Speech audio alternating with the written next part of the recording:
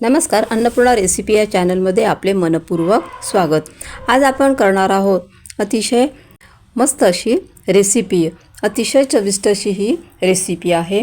तर त्यासाठी आता आपण इथे कढई ठेवलेली गॅसवरती आणि त्याच्यामध्ये आपल्याला 1 वाटी भरून पाणी टाकायचं आहे आणि त्यानंतर त्याच्यामध्ये चवीनुसार मीठ टाकायचं आहे आणि थोडेसे तेल त्यामध्ये टाकायचे आपल्याला। आणि आपल्याला ते पाणी उकळल्यानंतर पाऊण वाटी रवा त्याच्यामध्ये टाकायचा आहे। आता हे मिश्रण आपल्याला चांगले एकत्र करून घ्यायचं आहे। रवा त्याच्यामध्ये पाण्यामध्ये छान मिक्स करून घ्यायचा आहे। त्याचा असा घट्ट गोळा होईपर्यंत आपल्याला ते मिश्रण असे फिरवत राहायचे आहे।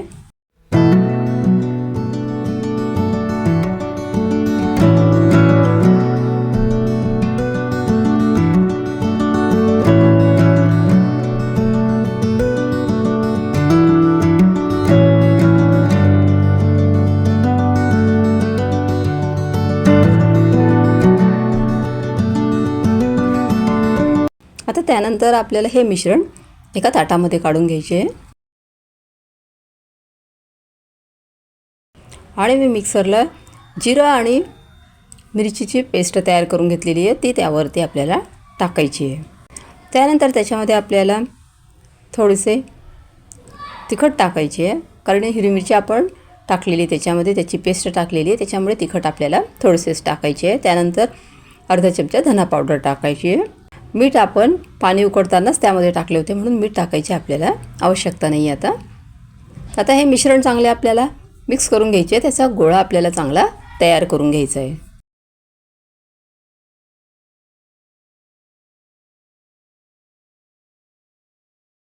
आता अशा पद्धतीने हा गोळा व्यवस्थित तयार झालेला आहे।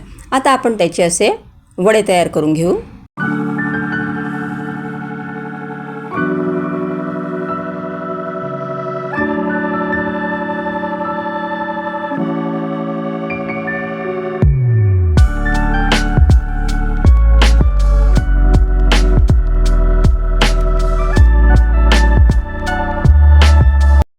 हे वडे आपल्याला हातावरती स्थापून घ्यायचे तसे।